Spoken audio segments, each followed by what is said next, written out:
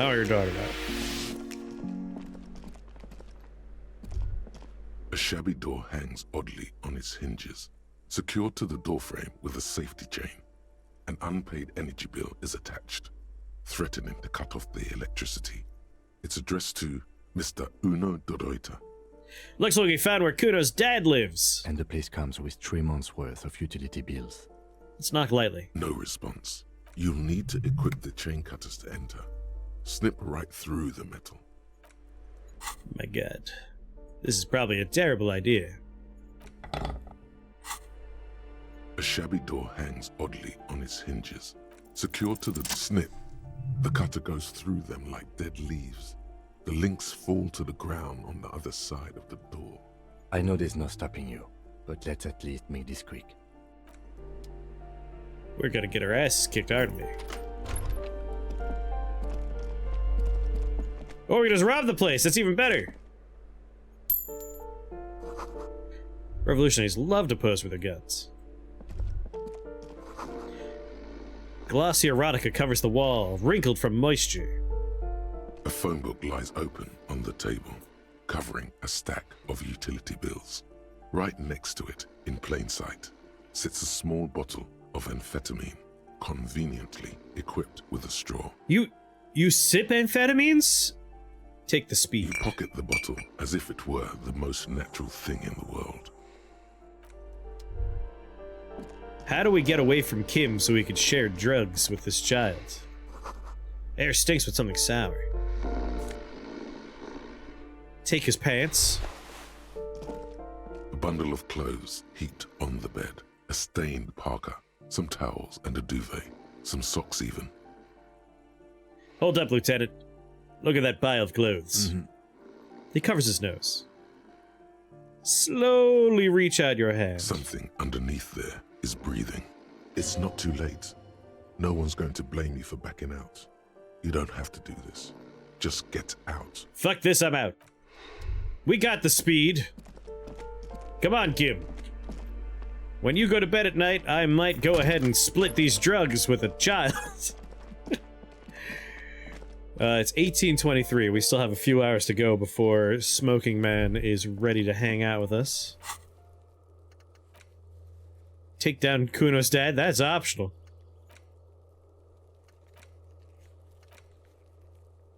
Oh yeah, let's go run the serial number. Come on, Kim. Those people at the police office are gonna love to talk to me on the radio again. It's true. When Kim goes to bed at night, we could split these drugs with the child. And then we'll have amphetamines.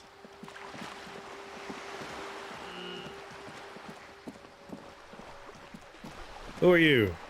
There. Working class drunk. You know what this means, right? Case solved. Cracked it. All in a good day's work. Open and shut. I don't need to think about this anymore. Goodbye. Wait, what did I crack exactly? What do you mean, what did I crack? Look at how working class that drunk is. It's her husband, the missing husband. Or it's the future leader of a proletariat uprising. It's, some third option? No. Stop goofing around, recruit. It's the future leader of a proletariat uprising. No, it's not. It's her husband. Yes, and you found him. Now go and tell the working class woman. Protect and serve, recruit. Didn't she repeatedly tell you her husband isn't missing though? But he is missing. You heard her. The worry in her voice. Give me champagne, I'm going in. There's no need for champagne when there's honor, recruit. Go and tell the working class woman what you found right now. Hey, we're gonna play hard. Nobody works harder. Madam! Madam, I found your husband. Protect and serve, madam. I found your husband. She's still searching for a book. Her eyes wander over the colorful grid of softcovers. God damn it, I already told you. My husband isn't missing. Well, I found him anyway. I'm that good. Very well then. Where is he?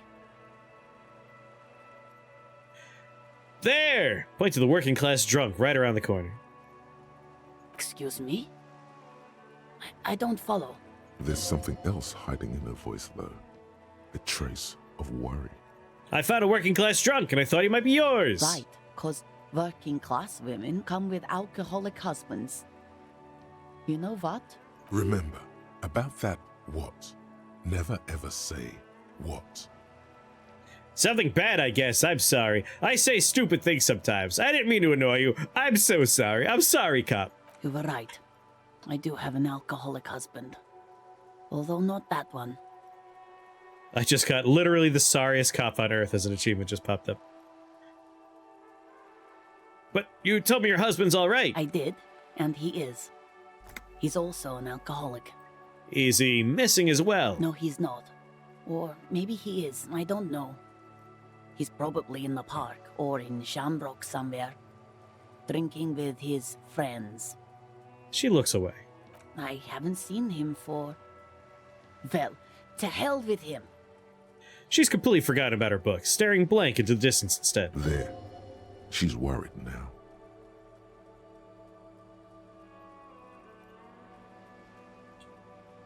Kim, is it just me or do we have a missing persons case here, Kim? I wouldn't be so sure. He says before turning to face the working class woman. Man, just to be completely clear, do you want to report it to the police? Report what? He's just out drinking with his friends. I'm sure the police has better things to do than to chase down local goofballs. Not at all. The RCM is ready to chase down every goofball in town. We care about you. She sighs, but you can detect a slight hint of gratitude and relief from her face. All right, go ahead. Do you have any questions? What's your husband look like? Honestly, not that different from you. Let me guess, he's disco. Late stage alcoholic then. That's one way to put it, yes. No offense. I'd also add he's a little bit chubby. I see, and what else? What else? He was wearing a dark brown leather jacket with a bright blue inner lining. The lining is hand-sewn. I made it myself. She sighs, her voice slightly quivering when she adds, It's his cool jacket. God knows it's too cold to run around in this, but he refuses to change. I even tried throwing it away once, but he just dug it out of the bin. Can you believe it? well, if that jacket's really that cool, then I can totally understand. Well, what can you do? I hope that at least that extra lining helps him keep warm at night. I wouldn't like him to catch cold. She's thinking about him out in the cold, in some park, or on the coast. And it's making her more and more worried. And when did you last see this husband of yours? Yesterday morning, he went to the library. He went to retrieve my book, and he promised he'd walk straight back home. Because we talked about this. We talked about not wandering off again. I don't know what to do. I honestly don't know what to do with his addiction. Just makes me feel weak. Gone for around 36 hours then. Damn, this is a missing persons case. Oh no, it started as a funny thing, now it's gonna get sad. She turns away from you in an attempt to recover. I think I have what I need. I'll find your alcoholic missing husband. So you are going to look for him? She genuinely wants you to now. Don't make her ask. Yes, I will bring him back home to you. Thank you. Please do. Even though I'm sure he will return home by himself. I'm still sure of that. I'm sure. Let's he run will for too. office. We're a man of When the he people. does, would you let Precinct 57, Kim Kitsuragi, know? He gives her a slip of paper. I will. Of course, officer. As I said, it's probably nothing. The woman takes the slip of paper. It's a phone number. Thanks, I'll be going then. We should have hugged one more time, but... for now, goodbye.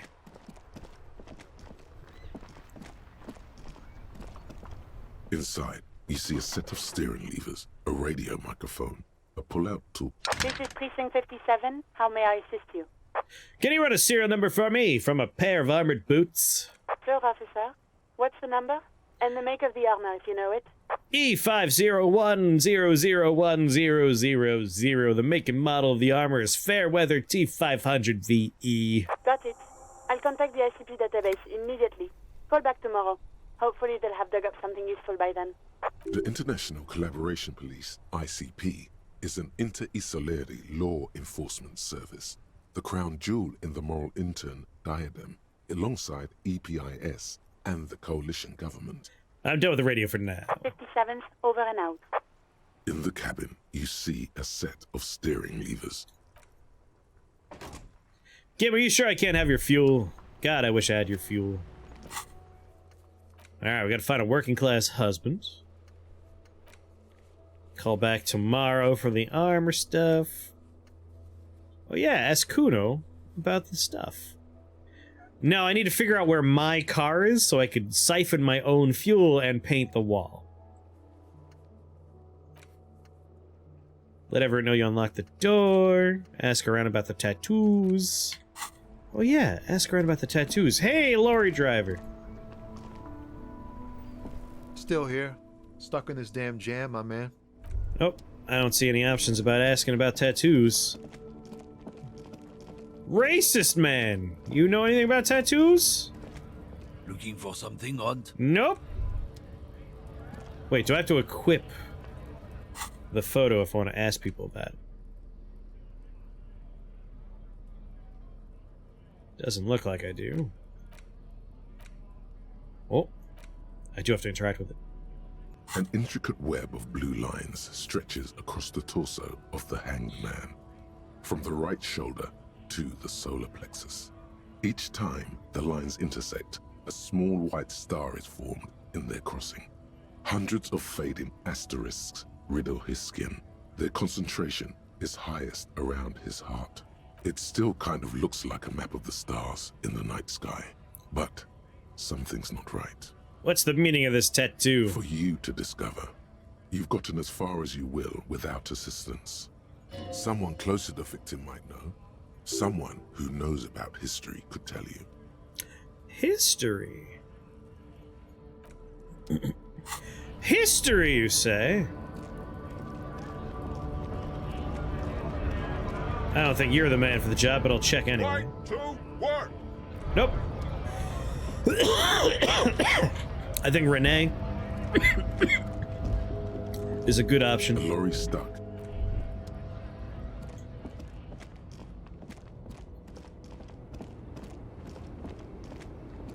Or old lady who lives in her head.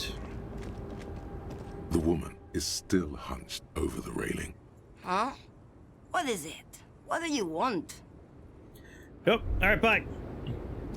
Yep, book lady.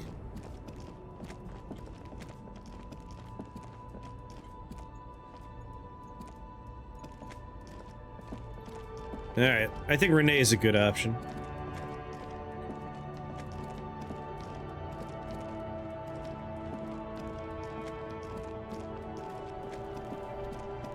I do have to make another $1.57 sooner or later. Renee!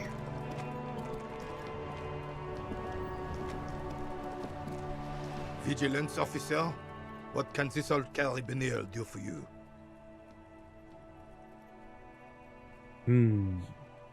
Renee, I found your guard booth. Yes, the Debardeurs Union pays me to stand vigil during the night. Not out of any political allegiance, mind you. I'm an old man. Don't sleep more than a few hours every night anyway, and money is tight. He adds with a slight sigh. He feels like he has to justify himself for some reason. I saw a picture in there. You were in it. You looked happy. Who's the girl? She is nobody. This is none of your concern, and I refuse to discuss my private affairs with the RCM. The lady is Jeanne-Marie Beaulieu, and she sure as hell wasn't a nobody. You must have seen something of that in the murder. Come on. Yes, it does. Unfortunately, I wasn't working that night.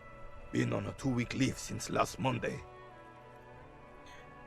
Hold on. Why are you on leave? It's a private matter. Nothing to do with your investigation. You see, officer, René is the kind of man would rather die than admit he needs medical assistance or, God forbid, sick it. A real man's man is just gonna ride it out. I'm fine, goddammit. Mind your own business. It's nothing. Just got to cut back on coffee. Who was working your shift that night? No one. The boss has been unmanned since last Monday. There's no other guard. It's just me. No one has been guarding the container yard since last Monday. Yes. It's not actually an issue. I mean... Look, officer. The container yard doesn't actually need a guardsman. Never had one before René. Monsieur Claire had that booth built specially for him. It's mostly decorative. Mostly decorative. The possibility of someone being in there is enough to discourage any ill-minded individuals. He tries to argue. Evrard created this job for René because he knows the Royal Carabinier's pension of honor and PTSD isn't something a man can live off. A decorated Kingsman collecting tear reflects bad on the whole neighborhood. His words. Everett gets it. Big guys looking after the small and everyone working together. I love it. Such dependency only weakens a man further. Do or die, no middle ground. Renee's but one man. We need a program. Get all the elderly back in the job market. Keep folks motivated. Renee should rent out his services. Invest the profits. Get a few more guys. Expand and repeat. Wage work is a dead end. Absolutely nothing wrong with tar collecting. It's my side thing too. Proudly hold out the tar bag. Tear bag, tear. Oh, I didn't mean to imply there's something wrong with that. I do it too. Everyone does it. It's an excellent side thing. Yes, yes, yes. Can we conclude the topic of my guard boost now? He is not going to become an entrepreneur. Got it, thanks. Yes, yes. Like I said, it would be up anyway, so might as well keep an eye out. It keeps my senses sharp. I saw the statue of Philippe III near the roundabout. Ah, yes. King Philip III on his steed. A reminder of what Revachol once was. Oh, absolutely. At the mercy of a cocaine-snorting tyrant who emptied the treasury so he could sleep on a bed of gold. A superpower, feared and respected.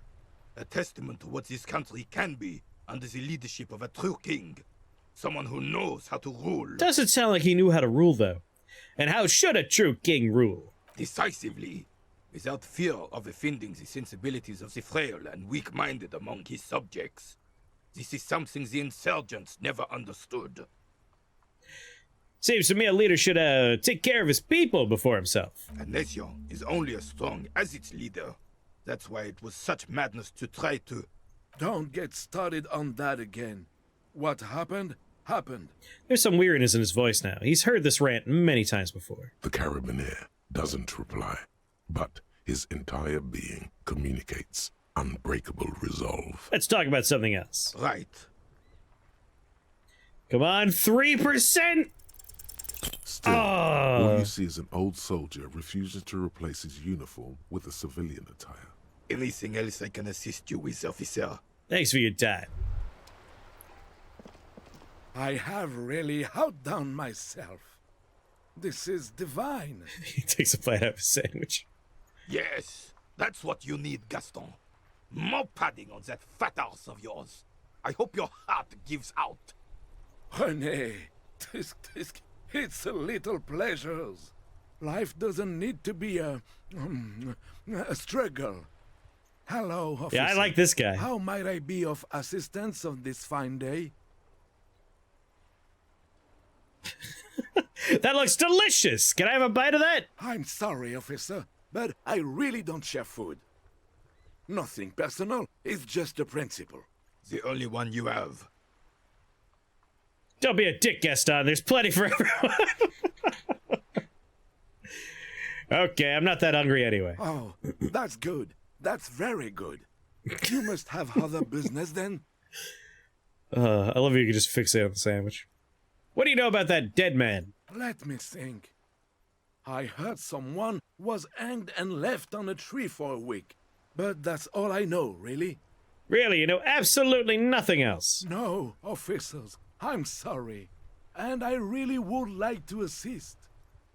You are both good guys. I can see that. Yes, I am. Then help them, you wimp. You have plenty of shoulder with the ghost caviar in the Union. Someone must know something. He means caviar socialists. I wish I could, but I just don't know anything. I always keep my nose clean and don't gossip. Everyone knows and respects that. Odd. He doesn't seem to be lying, but there's something off here. Sounds a bit like you're holding back on me, Gaston. I'm not even anyone. Of course he's holding back. His mouth is so full of Union prick he can't even speak properly. Can I at least finish my fucking sentence before you piss on it? Is that okay, René? I'm not anyone important in the Union. I just know Evrard. How do you know Evrard? Everyone in Martinez knows the Clare brothers. I taught these boys human studies and history in the gymnasium. What do you know about history? You never witnessed history. Only heard about it years later, when it had already moved on. You don't know history. The old soldier mumbles something under his breath and turns to face the sea. These guys seem like good friends. There he stands, proud, rigid and alone, like a cracking marble statue. Let's try not to get caught in a crossfire. Crossfire! Lest we leave riddled with bullet holes. This animosity is ancient. Are you a Union member? Oh, in many ways, yes. Like an honorary member. I attend meetings and parties, help with little things. Evrard, Edgar, and the older debarders all know me. In many ways. Oh, yes. So you're not an actual member? Not in the technical sense. I don't have a vote or a membership card, but Evrard keeps me on the payroll, just for the little things. So that's what it was before. Him hiding something. He tries to make it look like he's a big deal in the Union, and now the illusion is disintegrating before your and René's eyes. He doesn't know anything, because no one tells him anything. He's an outsider. Of course he's not a member. He's not a member of anything. I knew that. He's a Weservein. Turns the way the wind blows and tries to look important. I hate this socialist rabble, but even siding with them is better than living your entire life on the fence. Never committing to anything. Pick a damn side already. Good friends, good friends. And what are the little things you do for Everett? Little things like murder? Writing work mostly. Occasionally, he needs something written, and I happen to have a way with words, people say. What kind of things do you write for this man? Oh, nothing official, I assure you. Just essays for the newspapers. About Martinez and how things are and how they could be.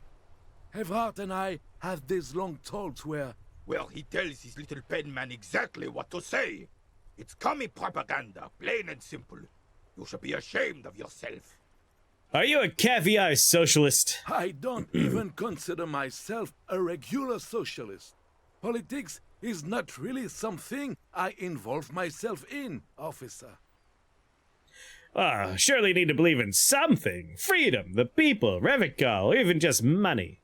I believe everyone has the right to think and do whatever they want.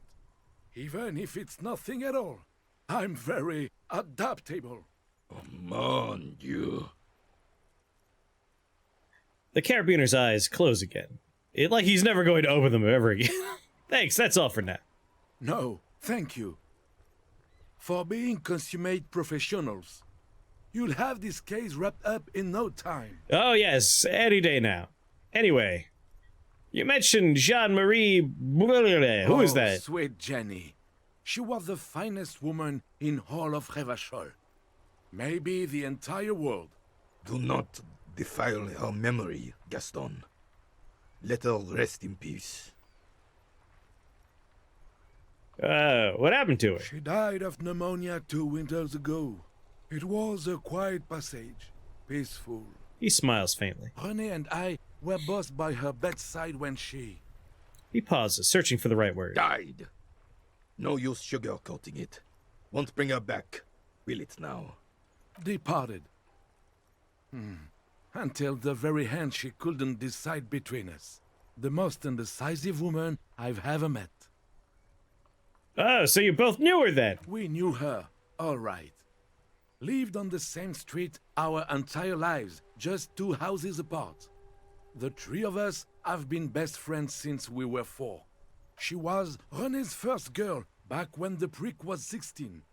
They were courting till he decided he'd rather die for some great ideal than just be happy. And then you stole her from me.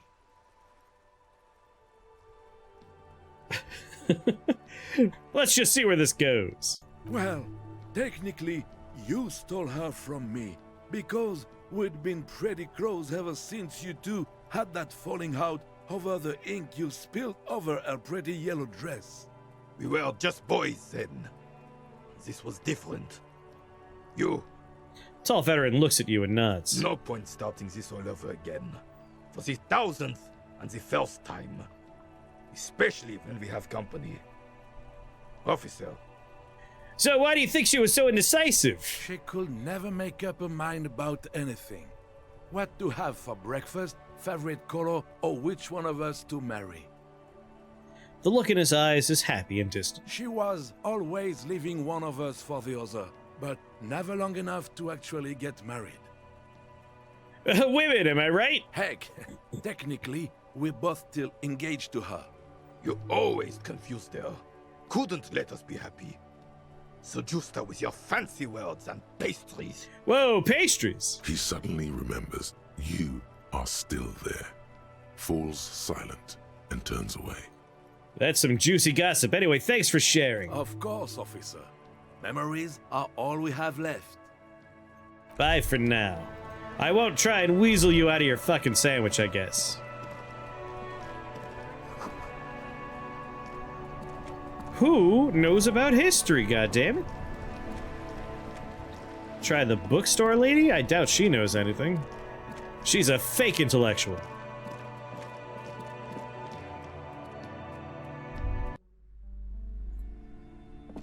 Hello again, esteemed officer, and welcome Nothing. to crime, romance, and biographies of famous people. What about you, kid? You want to see a picture of a dead body? Hi, Ace Detective.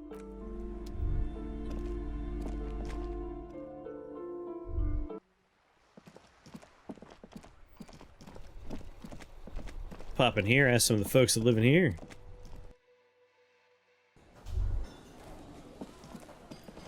Know anything about this dead I've body? got nothing to say to you. Why are you wasting your time? Are you Lizzie Elizabeth Miss Beaufort? I suggest not wasting time on trivial pleasantries and focusing on why you are actually here. Titus Hardy. Hardy, not yet. I had another question. No. Talk to Titus. I suggest not wasting time on Easy. trivial Leo told me pleasantries about you. He likes to and talk a focus- lot. You are not here to chat up the legal counsel. You are here to question these men. You're the worst. Bye. So mean.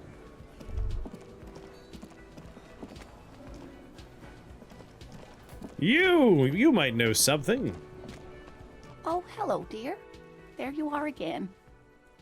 Your husband's some kind of scientist? Oh, yes. A zoologist. A cryptozoologist, to be more precise. Password animals, I understand. It's a pseudoscience that attempts to legitimize research into mythological beasts and urban legends. Lieutenant sounds unimpressed. That's one opinion, yes. And people are entitled to their opinions. My apologies, ma'am. I did not mean to undermine your hobby. It's not a hobby, dear. It's a subfield of zoology, one specializing in animal species that are so exceedingly rare that many assume them to be extinct or even fictitious. So the Mothman is what you're telling me. You know, we haven't seen her since then. We should see if we can find her. Searching for such species called cryptids is difficult and often thankless, and frankly, many scientists are too lazy to do it. Universities these days are rarely interested in supporting real research. She's completely internalized her husband's struggles.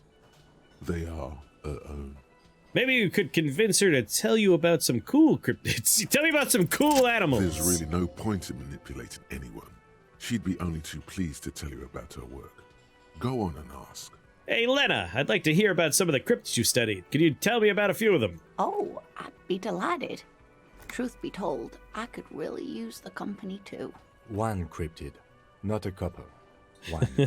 This won't turn into some kind of cryptid extravaganza. Okay, Kim, just one little cryptid, I promise. He nods and assumes a waiting posture. Ooh, tough choice there. The biggest cryptid, the tiniest cryptid, dangerous cryptid, invisible cryptids. What's the most dangerous cryptid you know about? The gnome of Jeroma. She pauses for effect. That sounds terrifying. Oh, yes. None of its victims survived. Grieving relatives never even found their bodies because the gnome's venom dissolved organic tissue.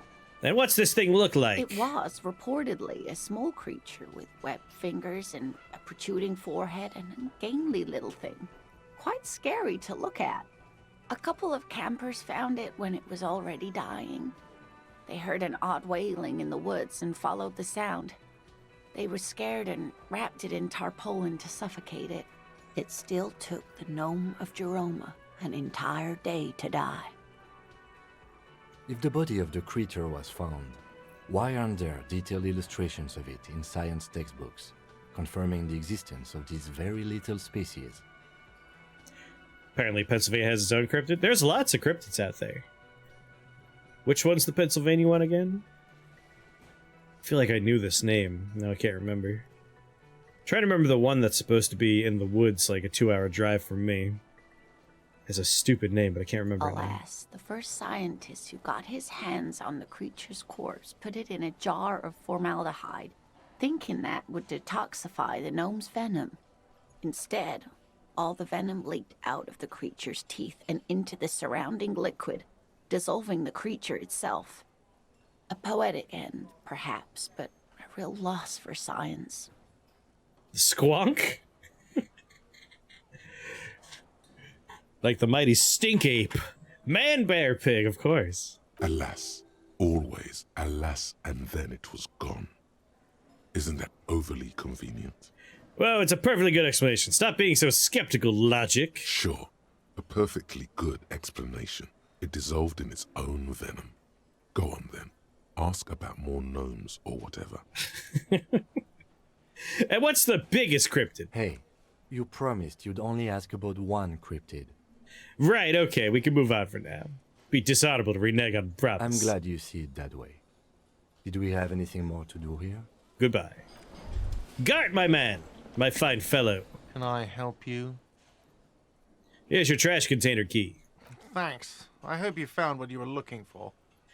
I found the victim's clothes. How strange. I certainly didn't put them there. Could someone on your staff have put them there? Sylvie had the keys before I got here, and I can vouch for her. I can vouch for all my staff. None of us would tamper with the crime scene. Who else has the keys to the trash container? The trash collection service, CS Municipal. I don't see why they would put anything in the trash, though. Ah, the elusive CS Municipal. I doubt we'll be able to track down who was sent here last and when. This will have to be one of those little threats that solves itself down the road. On Clinton Street, near the Boogie Street Diamond, a small truck rattles down an alleyway. It stops by a rusted trash container. Two men, their faces rough and swollen, jump out. They look at the container, despondently. CSM is written on their backs. The animal weaves constantly. Thank you anyway. Maybe you just don't remember putting the clothes in there. Maybe you were sleepwalking or in a fugue state, Gart. I think fugue states are more your forte, officer. Touché, Gart, touché. Yes? Goodbye. About my bill tonight, we should probably waive that, don't you think, Gart?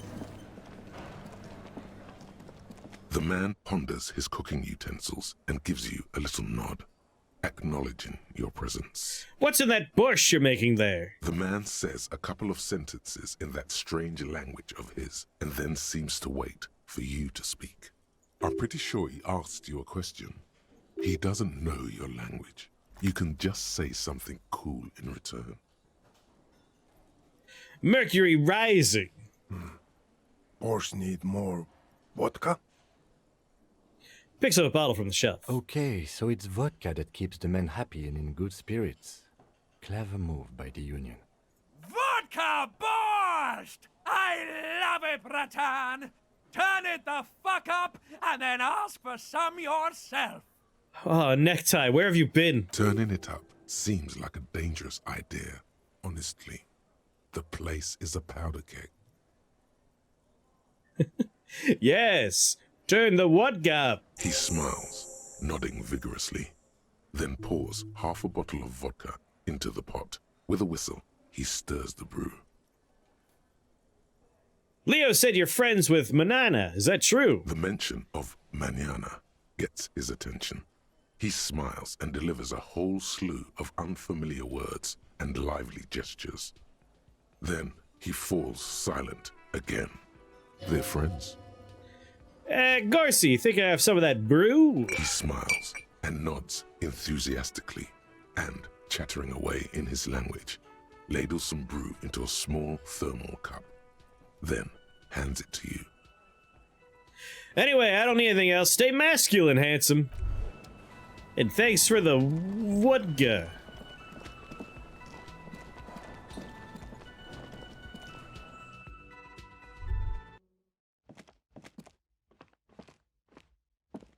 The door, the lieutenant gives you a quick glance. He doesn't like where this is going.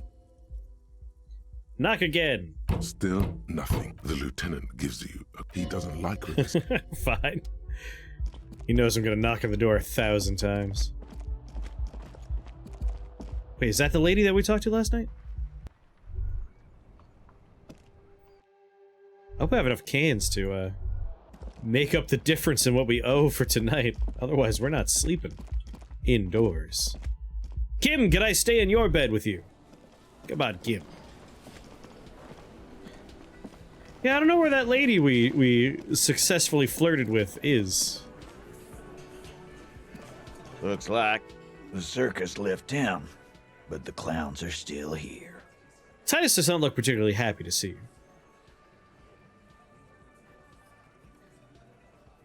Found 8 sets of footsteps, but there's only 7 of you. Where's the 8th Hardy Boy? What are you talking about, madman? There's no 8th Hardy Boy. There's 7 of us and we're all here. He sizes you up. Or what? You want to be the 8th Hardy Boy? We ain't hiring. Yeah, flirt cop. Actually, boss, we've been talking and we think she could maybe... This person Glenn wants to hire. He really respects her. Shut the fuck up, Glenn! I do the talking here. Now what the fuck do you want, cop? It has to be good, if he won't let you pursue it. Looks like the lieutenant thinks so too. So let me get this straight. There is an 8th Hardy Boy. It's a she, and you don't like us talking about her? That's right. We're not talking about this. This is a private Hardy Boys matter. Nothing to do with your shit. End. He points at the lieutenant. You're not cops here. Don't go digging around if you don't want a bullet in the back of your head. I'm watching you. Good. We are all watching each other. Officer, your question. There's no point in pushing it further, he thinks. This is already a victory. We'll learn more about this 8th Hardy sooner or later. I got something incriminating. Incriminating? Now that's a big boy word. I've spoken with the dead man in a bizarre, occult-like vision. That is fucking bizarre. A magic man. A goddamn magician. He shakes his head. The lieutenant waits for your reply, patiently. His foot taps only a little. He said they killed him. These uninitiated do not understand the fineries of runic science. He said love did him in. Well, well, fortune teller. You might be onto something.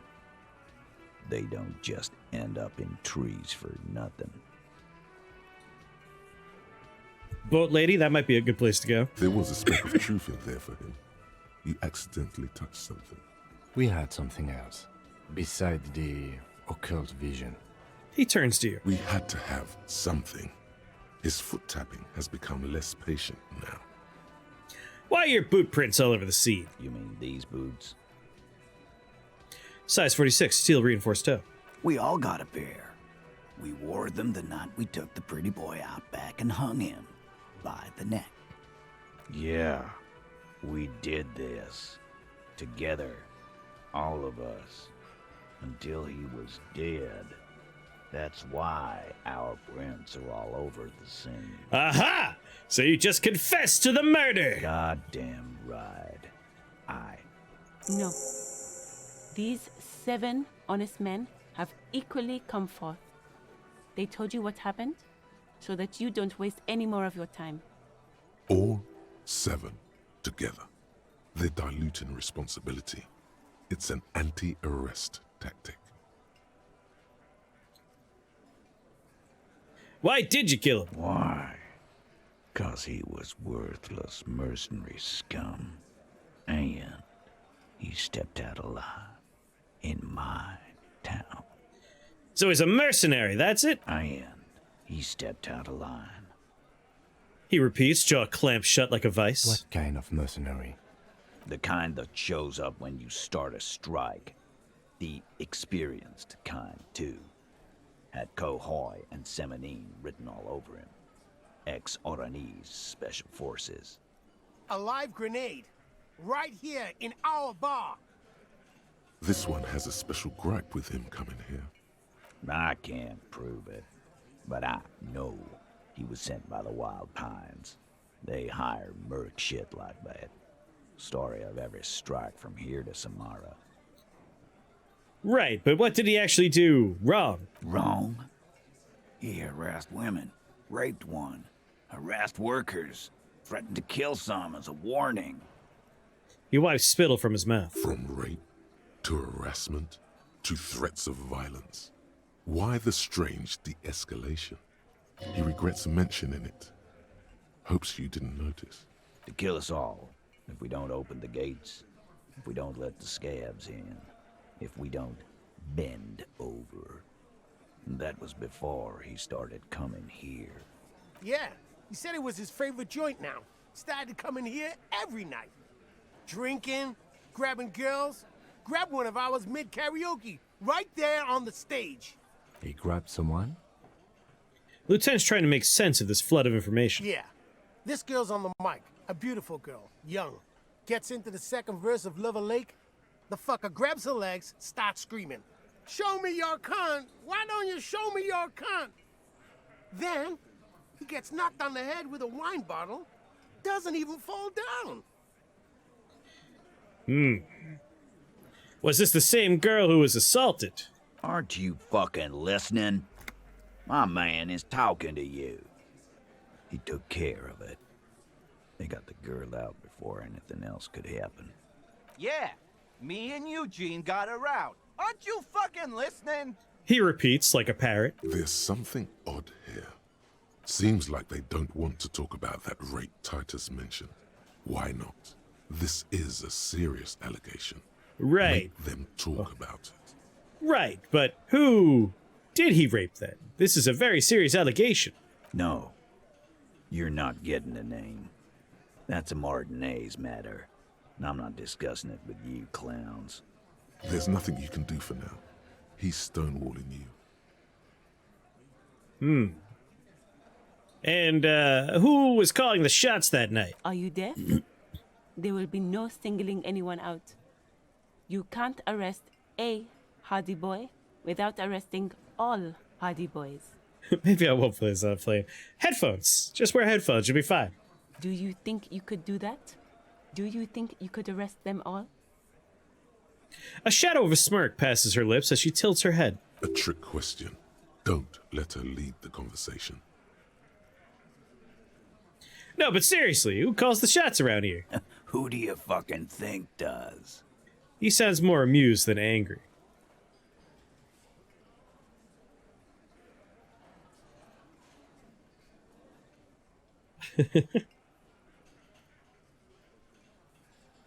I thought she did. It wasn't a question, dickwad. How fucking stupid are you? This asshole is worse than... Titus runs the Hardy Boys, genius. That's why we're called the Hardy Boys. Ain't that right, fellas? I think you got your answer, Mr. Law. Yes, there are some administrative differences. But on that night, they all acted as one man. And how did you kill him? We hanged him up by his neck until he got real still. Wasn't that obvious, Copper? Didn't they teach you anything at the cop school, idiot? This is where an autopsy would come in handy. You have to work with what you know.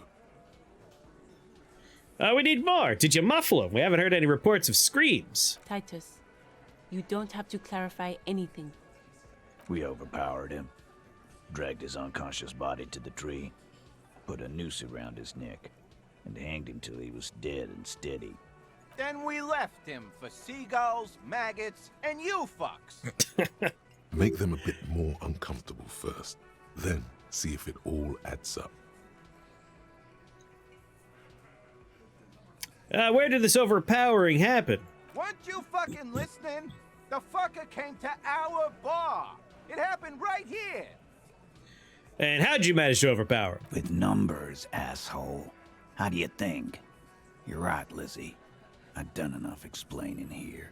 No, he hasn't. Not yet. Come on. Titus is solid as a rock, and so are a few others. But... who's cracking under the pressure?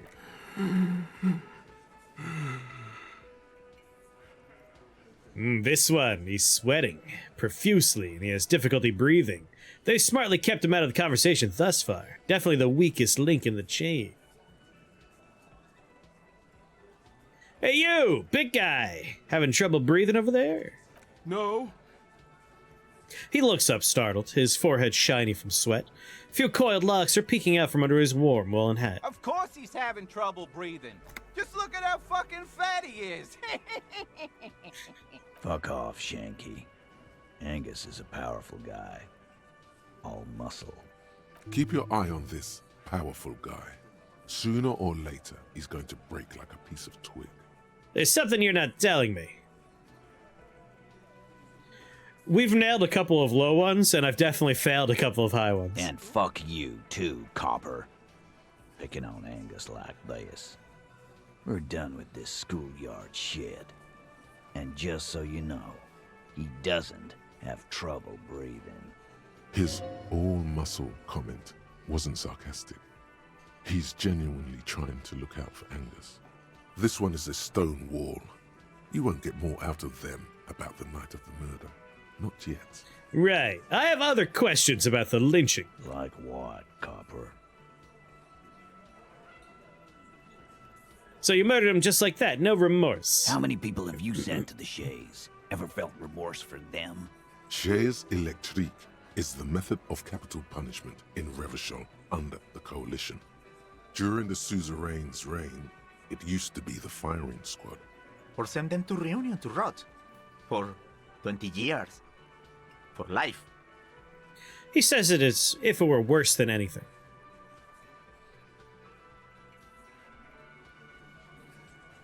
We enforce the law. You just kill people. Honestly, I drink so much I can't really remember anyone I've set behind bars. Reunion, what's that? The River Esperance Correctional Facility, a military prison run by the Coalition, dubbed Reunion by the inmates. The origin of the name is unknown. Yes, but these were all bad people, criminals, scum of the earth. Rest assured, lawman. None worse than our guy. He got what was coming to him. When exactly did this hanging incident occur? You don't have to keep answering his questions. The fixer turns to remind Titus. I know, Lizzie. Relax. We killed him last Sunday night. Seemed like a good way to end the week. And how long had you known the victim? Known him?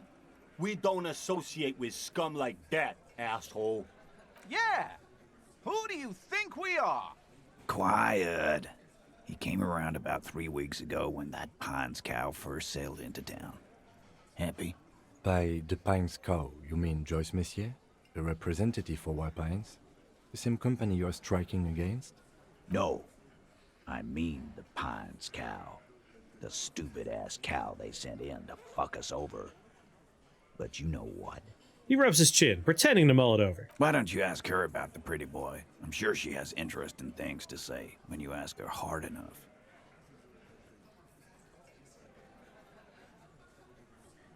Oh yeah? Is there any deal? That's enough insinuation That's for fun. today, Titus. Officer, your interview is drawing to an end. Don't waste your last questions. So what are you gonna do now? You know what? I will go with this one. Why don't I just arrest you? Yeah, lawman.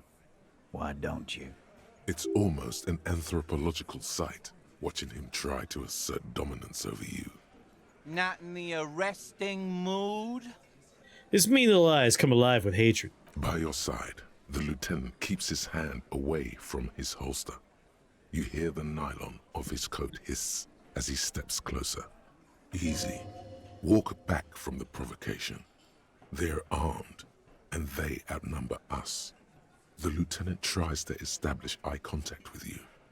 Easy now. Let's just talk. Wise move. You made the right choice there.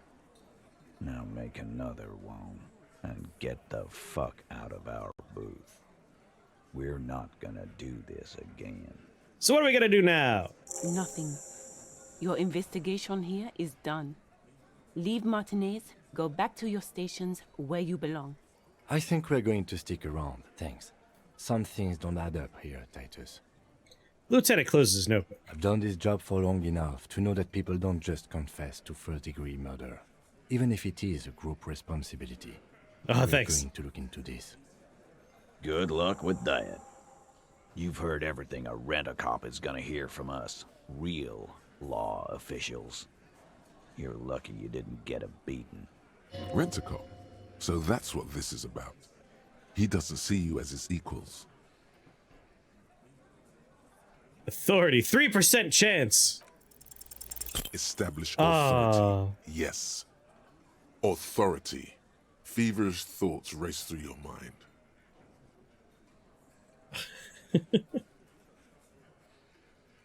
That's it. That's all I got. Did you already try the gun thing? I hear the gun thing is excellent and has great results. Authority, that's not a good idea. You're probably right. The others are only there for filler, to make the gun thing pop. No. First you tell me someone's been raped, and then you don't say who? That's bullshit. Stop shitting your pants. You don't need to know, all right? We took care of it. The law handled it, all right? Yeah. Aren't you listening? It's done. Finito. Maybe you're right. Maybe I'm not the law after all. Maybe everyone's been lying to me. Whoops! What? Almost Now, died. there's some kind of personal crisis right in front of us. Take this esoteric shit out of my bar. I assure you, there is no crisis. We had questions, that's all. There is little left to salvage. Did I not tell you to pick the right option? Goodbye.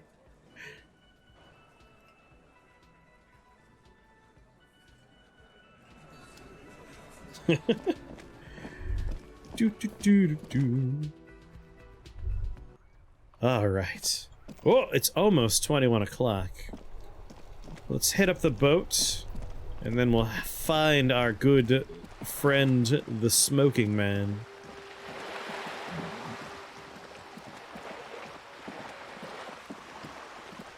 Shit, I don't remember how to get the boat. Yeah, authority's like, take out your gun! It's like, no, that sounds like we die. Authority, that's a bad idea. Jeepers. Ooh, and tomorrow's Wednesday in the game, which means we'll be able to go across the canal.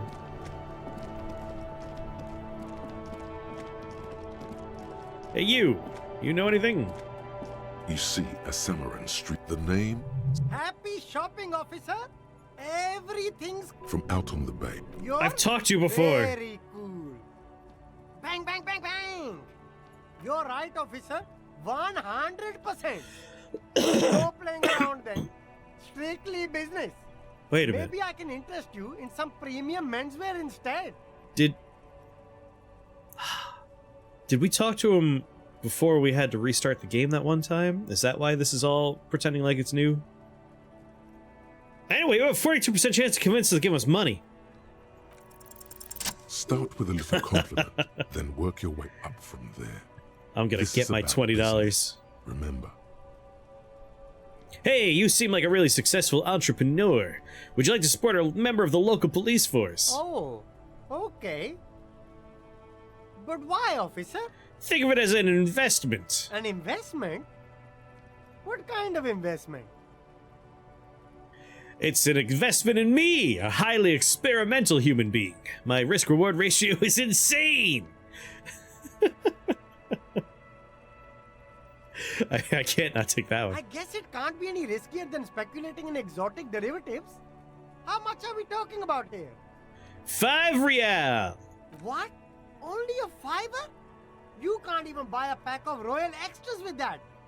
Let's make this one stick, my man. All right, you twisted my arm. Give me $10. 10 real is a bargain for that kind of investment. You got it, my man. So, Ceiling, what's your stance on drugs? Drugs? I don't go in for that, officer. Drugs ruin lives. Unless you're into drugs, of course. In which case, drugs are excellent. Mwah! Tasty, tasty drugs. We're looking for a lorry driver who's transporting drugs out of the harbor. He or she is in this traffic jam. That's so cool. You investigating the local drug trade like some cool narc? But I am not a lorry driver. I am just a street vendor. I don't know anything about that. A blatant lie, sire. Yet he tells it with such conviction. We'd believe him if we didn't know better. But you are a lorry man. Another driver has identified you and your lorry. Who said that? It's the fat racist, right? I bet it's him. He has an agenda against me because I'm an immigrant who works harder than he does. He's a hater. So you admit you're a lorry driver? No, I just said I work harder and he's an asshole. He stops to think. Okay, maybe I'm a lorry driver too. A little. But that's not the most important thing about me. That's my day job. This is my dream. Ceiling, my source tells me you're the one transporting drugs from the Union. No! That's insane. It's the fat hater. He's been eyeing me for a week and he sent you here. Maybe he's the one, huh? Have you thought about that? Stop squirming. What do you know about the drug operation in the harbor? Nothing. I told you. I'm not a dumb guy. I don't get involved with that crowd. And what crowd is that? Crowd? You know, the drug crowd? No, he wasn't talking about an abstract crowd. It was that crowd. He doesn't want to talk about them. He's afraid.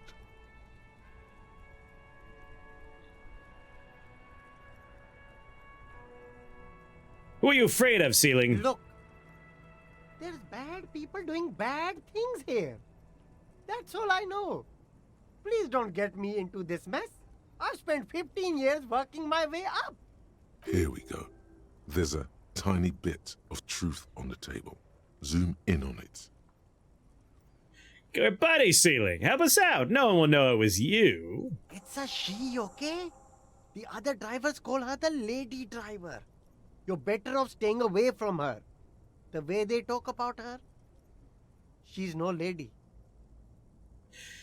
Is the lady driver the old woman back there? Dazed, out of it, strange. I don't know. Maybe. If she is, I haven't gone near her. I don't get involved. I told you. It could be. She was strange. He's not ruling her out. And who are these other drivers who duck? All of them. I don't know. I told you all I know. Are we cool now? I really want us to be cool now. Who exactly is talking about this lady driver of yours? The racist or the other one with the tattoos? He points north. All of them. Even the ones who've left. I don't hang out with them. I don't remember who has tattoos. Okay, we're cool now. All right. I scored. Let's cap this off with a purchase. You can walk away from here with funky sunglasses, detectives. Both of you. You deserve it. Yeah, I have the froggy hat. Of course I bought stuff from him already. Of course it's High Grandma. Where are you from, Ceiling? Me? It's a boring story, officer. Who cares about the past? I'm all business now. All Revachol. This man probably comes from Seaguy, sometimes known as the Apricot Suzerainty, an archipelago in the Samaran Isola. Sounds good. Let's get back to business then. Very cool. I like your style, officer. The shine on these sunglasses lasts a lifetime, officer. You keep coming back. That's good, officer. The speakers below are banged up and worthless. The sneakers triumph over them. They're the star of the show here. Okay, bye. Shit, I don't remember how to get to the boat. That's the pawn shop.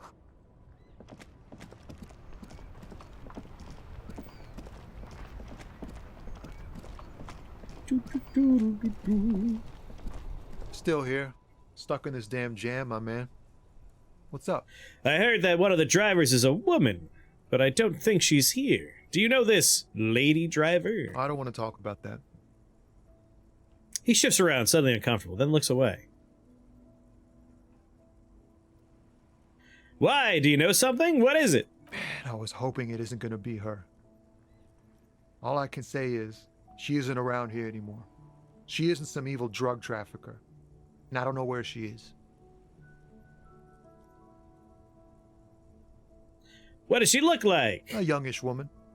Gruff, but... Oh, yeah, by sitting the skull. Right. What color hair? Blue and violet. Dyed. It was violet when she got here. Blue before she went. Then she may have dyed it again. And who is she to you? A friend? An acquaintance. I don't know. She was the only person in this damn jam I could talk to. She's someone I don't want to rat out to the law, okay? And what's her name? Thank God I don't know. People here call her the lady driver. She kept her name a secret. From me, too. Now I see why. I asked you who was conducting the drug trade. You said you didn't know. Now you're saying you do. I didn't, man. I told you I was hoping it's not her. That she wouldn't be mixed up in it. He still is. Hoping. It's just wishful thinking on his part. Not trickery. It's true. We would have caught a lie. But a kind heart is tricky. Bah. Emotional rhetoric. He knew something and he didn't share it with you. That's a fact. When did she leave? Damn, I don't want to... Please just let it go. Whatever she did, it can't be that bad. She's not a bad person, I know that much. We can't just let it go. It's part of a police investigation. That's how it always is with you, isn't it? All part of the investigation. The girl's troubled. If you hunt her down, she may not survive it. I can't have that on my conscience. It won't come to that. We won't pursue her on this. This is information only. I don't believe you. You said she's troubled. How? She's got the darkness in her. That young person's darkness when you think it's all over. And you're looking for a way out. She shared this with you? Yes. Which is why I don't want to snitch on her. Come on, man. Life's just a joke. I was told everyone's afraid of her. You're not? I heard the rumors.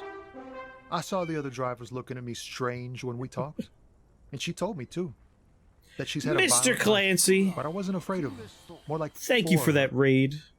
You finally played Hotline Miami, one of my favorite games. of all time. What do you think of it? You having fun? Welcome, Raiders. I'm Chris here at Shake the Box, and I'm playing Disco Elysium for the very first time.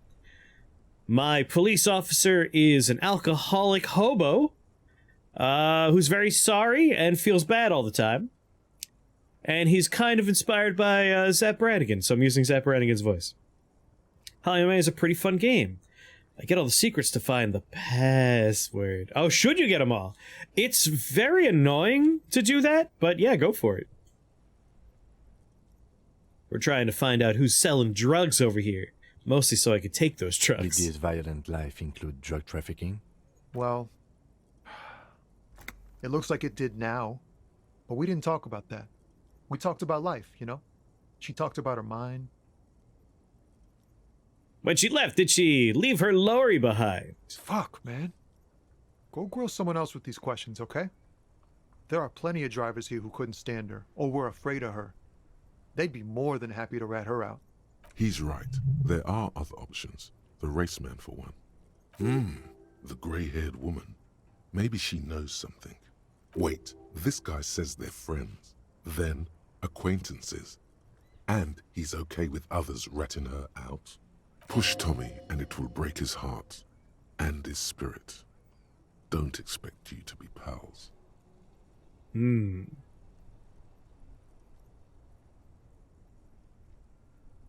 So you're alright with others ratting her out. You just don't want your hands dirty. Is that right, Tommy? Fine.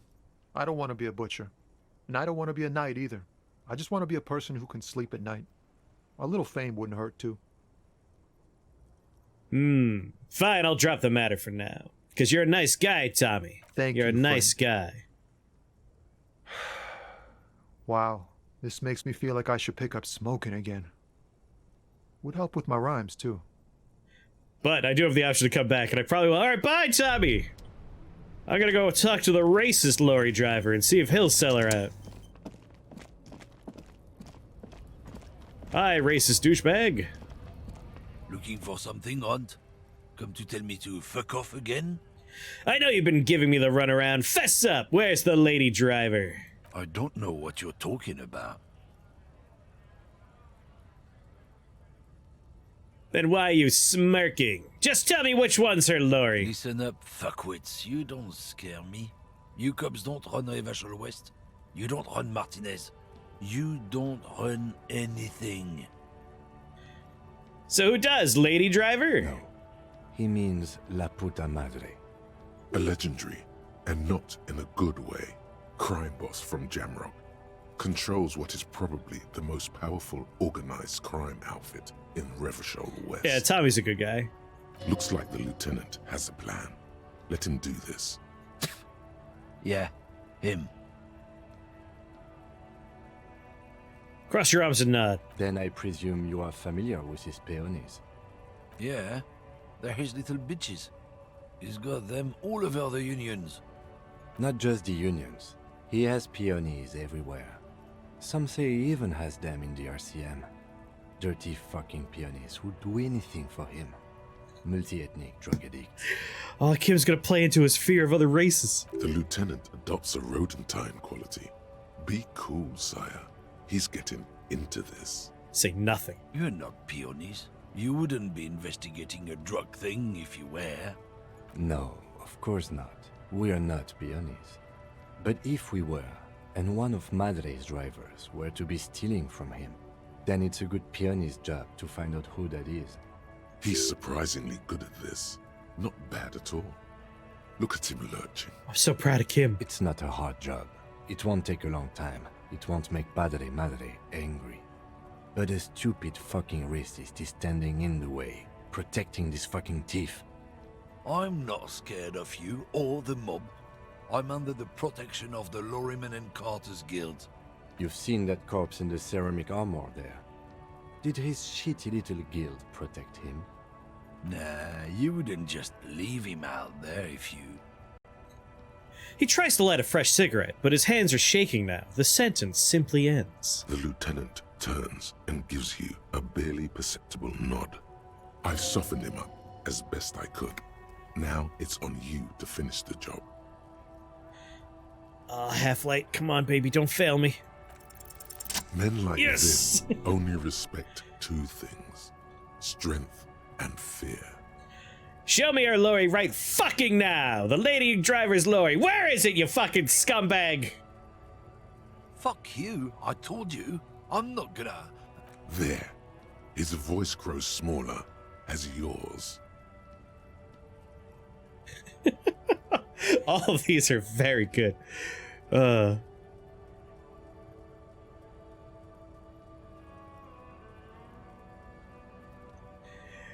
gonna fuck you for the rest of your life, you understand? I'm gonna put you in a cell with a giant gipt. You're gonna be bleeding kiptic, you hear me? Headbutt him with a froggy visor. Look, fuck you, man. It's some lorry down there. Green, banged up thing. I don't fucking know who she is. When did she go away? I don't know. I don't even know her name. She just rolls with the fleet and acts like a big shot. Some dyke, probably. I haven't even seen her for days. Where exactly is her lorry, you racist son of a bitch? Past the monument. Down there. The Green Temple. Now, leave me the fuck alone, okay? A small temple by the monument. Green. Let's get into that lorry. Looks like he got his adrenaline up, too. Alright, bye, you stupid asshole. Scumbag.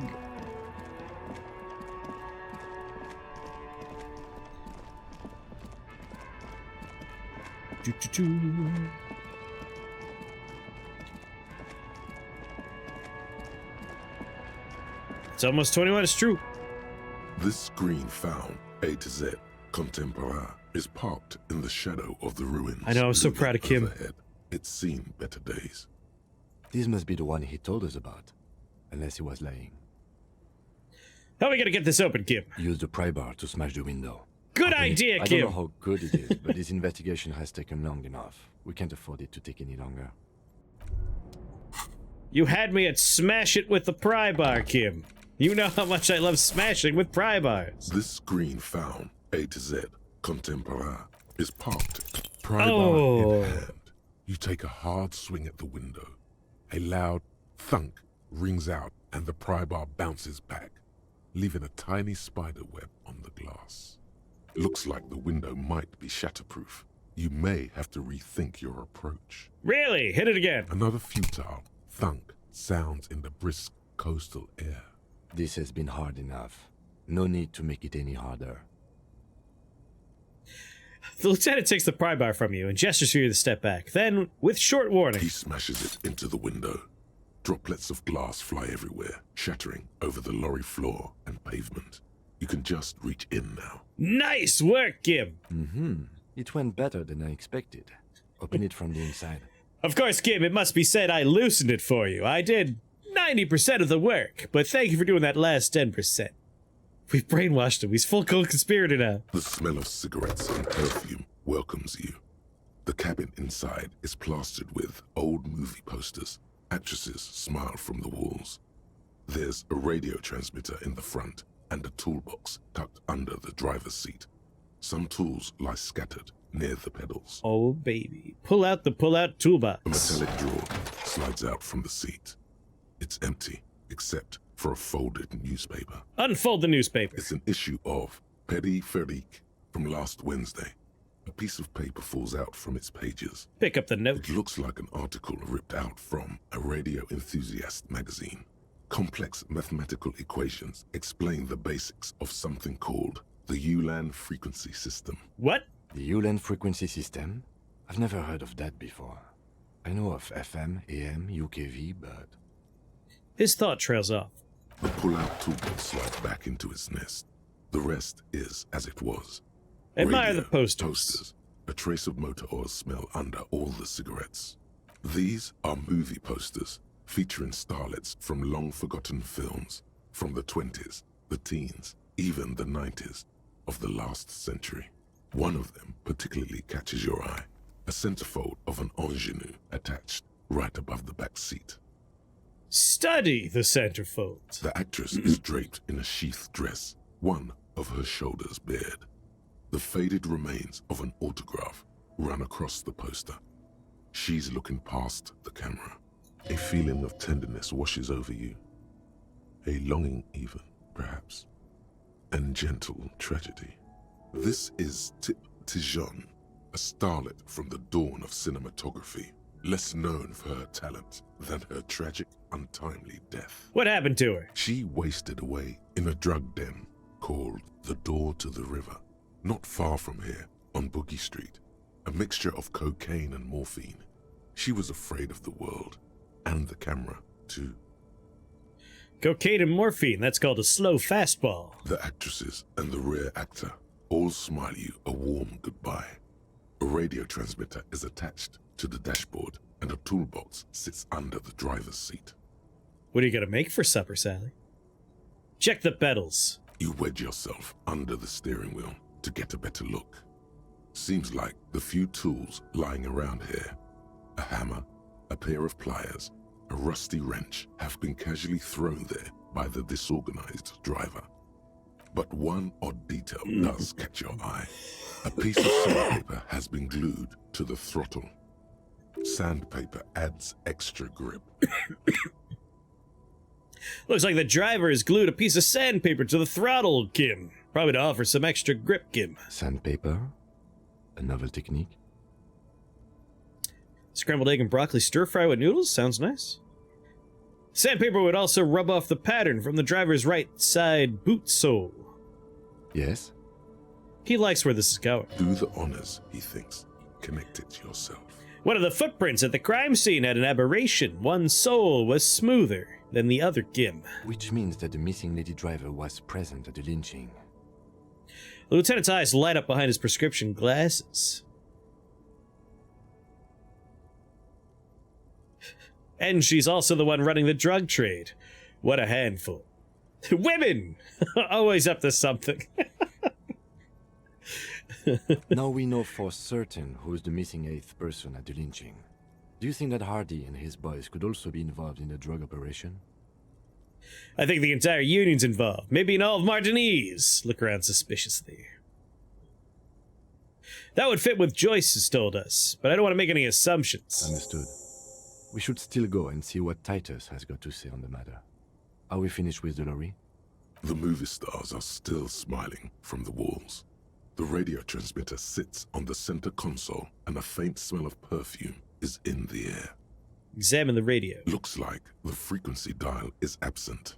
It requires a key to work, but the key has been removed, likely by the missing lady driver. Yeah. That's why I didn't roll with Drama last time. When Drama's like, "Hey, this is a good idea," I'm like, "No, Drama, you steered me wrong last time." Like that one that popped up is right in the Zap McGranican strike zone. So I was tempted for that one, but... Strange. There are so many radio stations saved here. Must be over 100 at least. Is there anything we could do with this radio, Kim? Doesn't look like it. It's completely inoperable without a dial key. And why would anyone need so many radio stations? For contacting an entire fleet of lorrymen, for example. This is all shortwave, UW and UKV. Looks like we are dealing with an impressive organizational tool. The nerve center of a huge operation. With quite a range, too. What else is here? The smell of 1,000 closed the rusty old lorry door. Great. I think we got everything. A word, detective? Before we return to Joyce? What is it, Kim? All right, we've finished here. Let's quickly debrief and go over what we found, so we don't do it in front of the company rep. Seems like something police would do. What do you think of all this, Kim? Honestly, I'm quite worried by what we've seen so far. The evidence seems to point to a rather extensive and well-organized operation. I'm especially intrigued by that radio transmitter, particularly the sheer number of stations it can connect. Looks like this alleged drug trade casts a wide net. This means it's well-funded. Technology like that, a major player must be financing it. I'm not sure what the Ulan frequencies are all about, but they may hold some significance. Perhaps it's a better way to connect between fleets while avoiding frequency bleed, or maybe it's used to tap into RCM networks. And last but not least, it looks like the Hardy boys knew this driver, as we know that she was present at the lynching. This may be the Union connection we've been searching for. The probe and the case converged, he thinks. This was quite the find.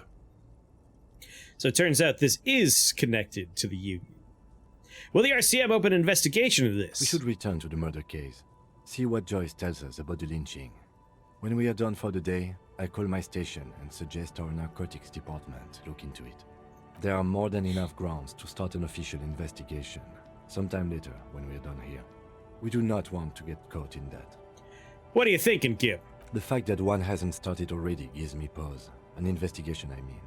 Especially if the Madrid grouping is involved, and I can't imagine they aren't. It's certainly worrisome. Are you thinking corruption, Kim? All the same, I don't like the idea of internal affairs descending on the matter. That won't help anyone either.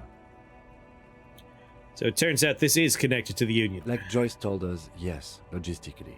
But don't expect to bust this open during our stay here. At best, this is an angle we can use against them, to other ends, as extra ammunition. Okay, debrief over. Debrief over. After you.